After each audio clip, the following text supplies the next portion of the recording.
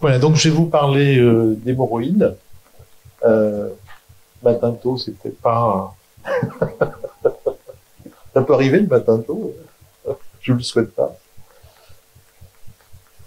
Alors un petit rappel, donc un petit rappel anatomique, avec des hémorroïdes internes, des hémorroïdes externes, la ligne pectinée qui est une ligne importante, hein, j'en parle toute la journée aux patients, qui sépare une zone sensible d'une zone insensible, avec le sphincter interne, sphincter externe, et vous voyez la vascularisation. Ces hémorroïdes donc sont utiles et participent à la continence fine. Alors un petit rappel rapide. Vous voyez, ça touche quand même, ça touche beaucoup de monde. Près de 44% de la population en France dit souffrir d'hémorroïdes. Il y a une classification ancienne qui est acceptée un peu partout, mais on verra qu'elle n'est pas parfaite, classification de Bollinger. Et donc le traitement habituel des hémorroïdes de stade 1-2, bon, vous le savez tous, un régime alimentaire, la constipation, un changement de mode de vie, les pommades topiques, les vénotoniques, mais c'est pas le sujet du topo. Je voulais quand même vous dire qu'il y a une prédisposition génétique pour les hémorroïdes. On sait tous qu'il y a des familles qui sont prédisposées aux hémorroïdes, mais là, il y a eu un très gros travail sur près de 940 000 individus. Ils ont fait un séquençage et ils se sont rendus compte qu'en fait, il y avait une prédisposition avec le dysfonctionnement du muscle lisse, de l'épithélium et du tissu conjonctif. On voit ça, c'est important pour les traitements. Alors, la classification de M. Bollinger, hein, qui est un Américain. Donc, 1, absence de prolapsus.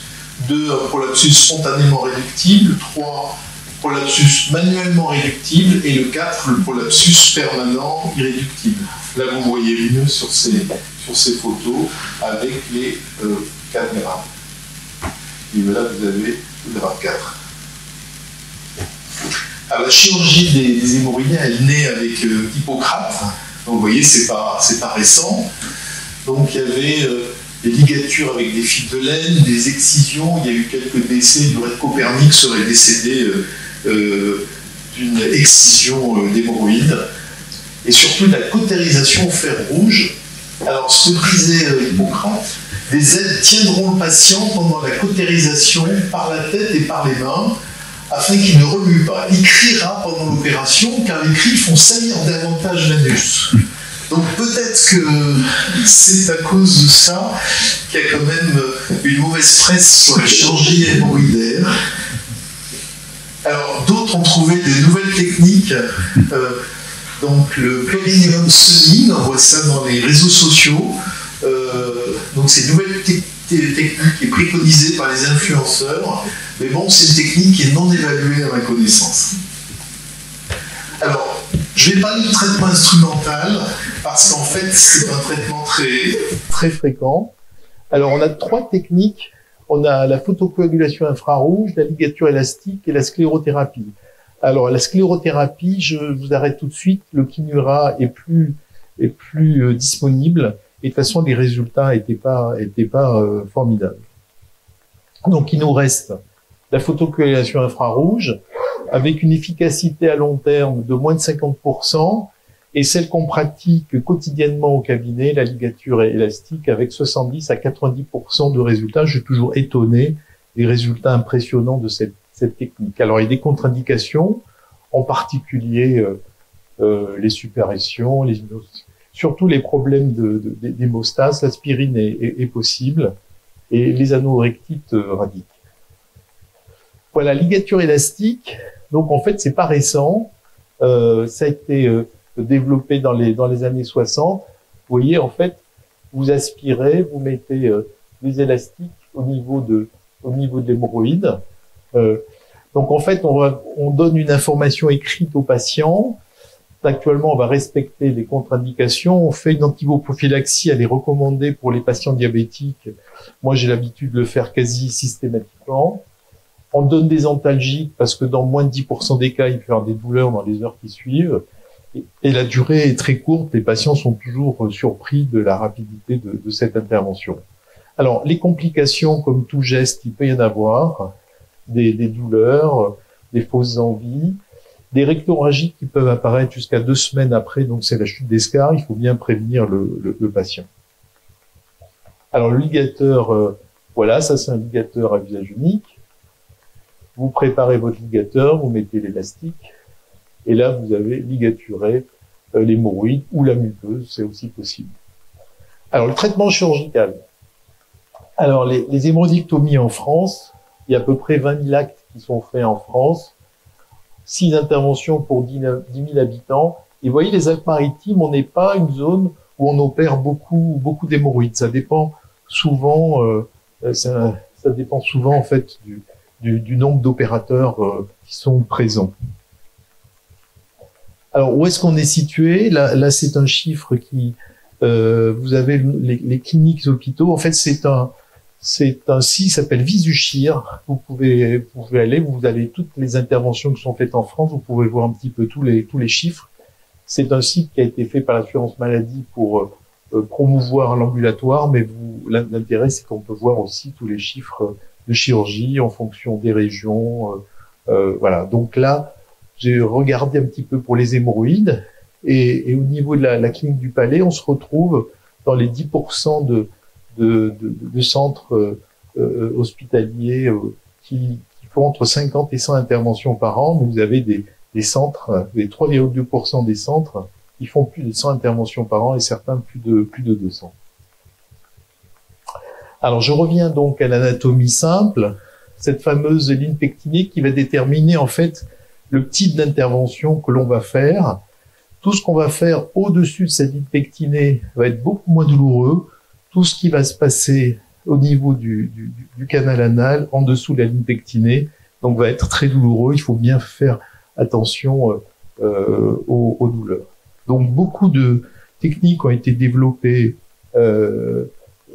au-dessus de la ligne pectinée. Je vous parlais que de celles que l'on réalise régulièrement. Donc la ligature sous Doppler, c'est un japonais qui a démarré, en fait, c'est les ligatures des artères hémorroïdaires. Vous voyez, là, vous ligaturez avec un fil l'artère hémorroïdaire. Et un Italien, Pierre Paolo Dalmonte, en 2002, a rajouté la mucopexie. Et en fait, on associe... il y a plusieurs études qui ont montré qu'avec ou sans Doppler, les résultats étaient quasiment similaires. Donc, vous pouvez, avec le Doppler, visualiser votre artère, la ligaturer, et après, vous mucopexie, c'est-à-dire que vous allez faire un genre de lifting de la muqueuse. Alors là, vous voyez, donc en opératoire, on a un anuscope qui est fenestré, et là, vous voyez la muqueuse qui a tendance à sortir, et avec une aiguille courbe, on va en profondeur pour atteindre l'artère. Et là, on fait la mucopexie avec un anuscope hémivalve. Alors, les résultats, il peut y avoir des saignements mineurs, surtout les premiers jours. Les rétentions d'urine, ça va dépendre surtout de la perfusion des patients. Il faut peu perfuser les patients. On peut avoir des petites thromboses, quelques douleurs.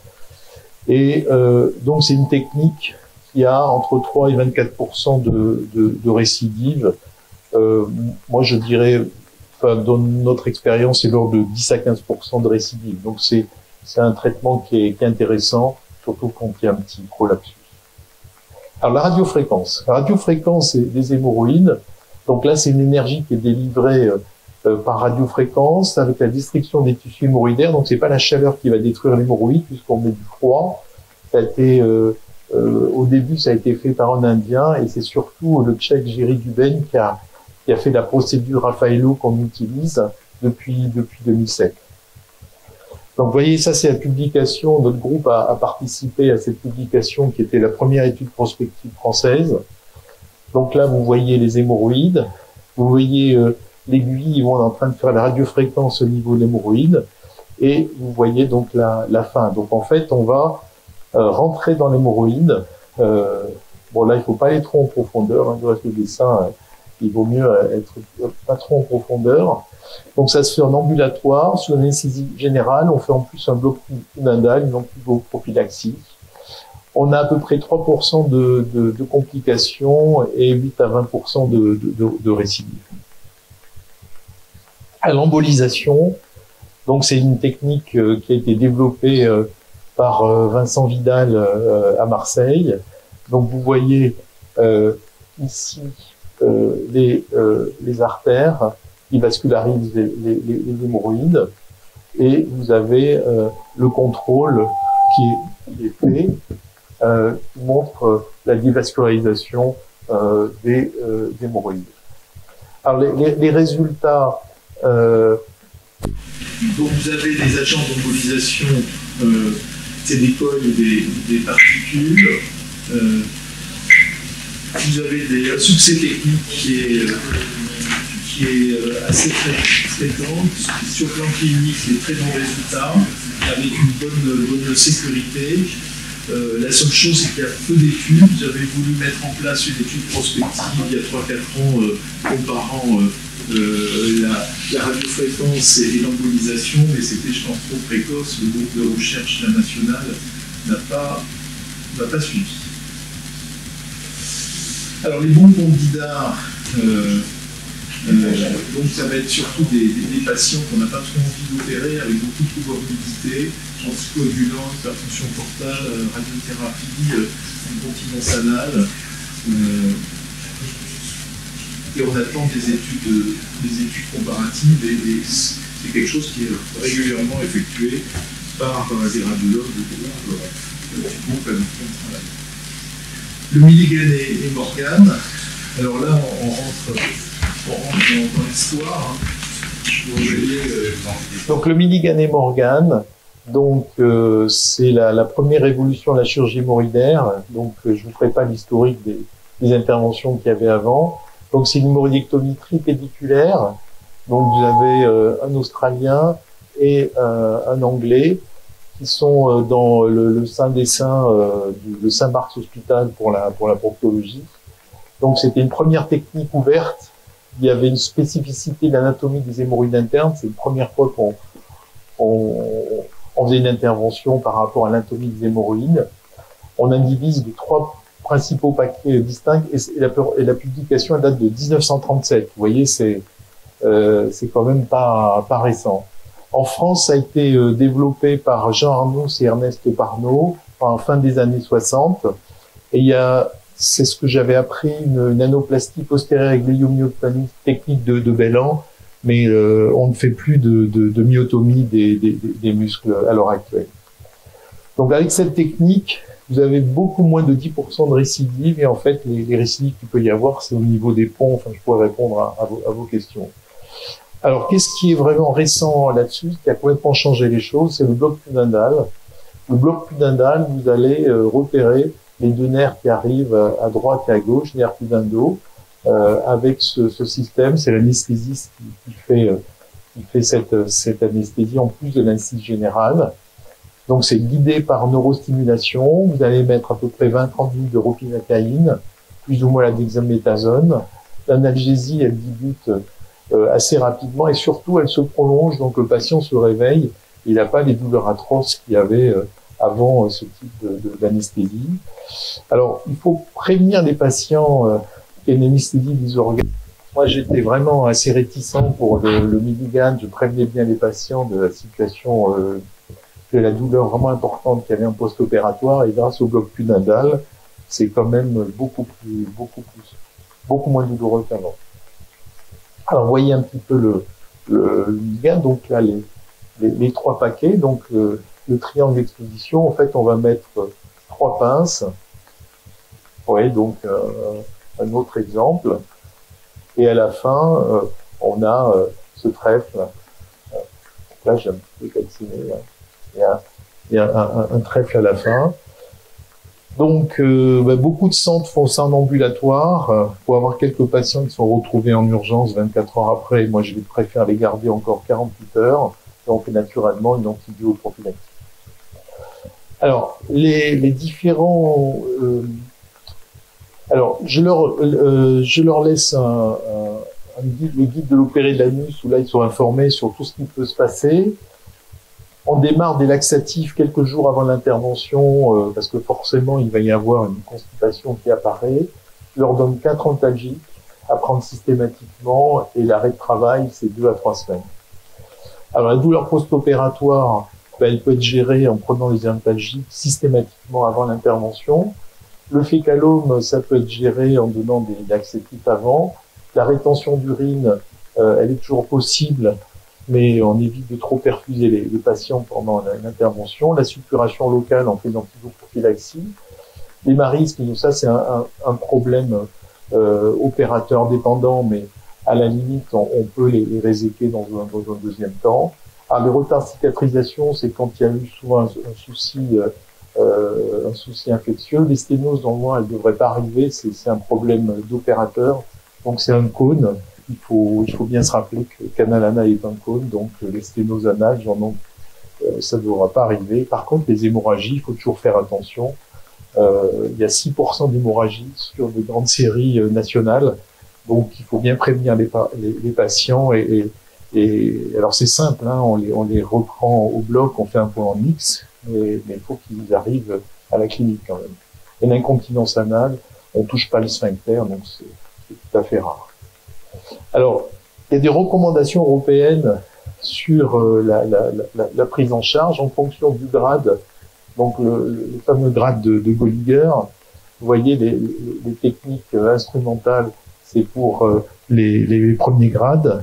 L'hémorroïdectomie, c'est chirurgical, ou les autres techniques, radiofréquence ou ligature Doppler, c'est pour des grades un petit peu plus importants. En fait, c'est assez théorique parce que ça tient pas forcément compte des saignements, des patients qui ont des thromboses à répétition, des troubles à continence ou la sexualité anale. Donc il y a un score qui a été mis au point par Nadia Fatala là, de Saint-Joseph. Ils ont fait une cohorte, ils ont fait 2 cohortes, dont une cohorte prospective, donc ça a été retrouvé même par d'autres équipes. Si vous avez un score supérieur à 5 avec ces différents critères, c'est des bons candidats à la chirurgie. Alors en résumé, on va opérer les patients qui ont des échecs de traitements instrumentaux. Beaucoup de patients arrivent, ils ont déjà fait le tour, ils arrivent, docteur, je veux un traitement définitif. Surtout les hémorroïdes de grade 4. Les saignements à la radiofréquence marchent très bien. S'il y a un petit prolapsus, là on va faire un prolapsus muqueux associé, on va faire une ligature sous-Doppler avec une mucopexie. Les patients qui font des thromboses externes à répétition, mais là il n'y a que le milligramme. Et les patients en particulier à risque ou sous anticoagulants, on va privilégier l'embolisation. Voilà un petit peu le nombre de patients. En fait, la grande partie, c'est région diététique, vénotonique, ligature élastique. Et en fait, il y a peu de patients qu'on va opérer par rapport à ceux qu'on voit.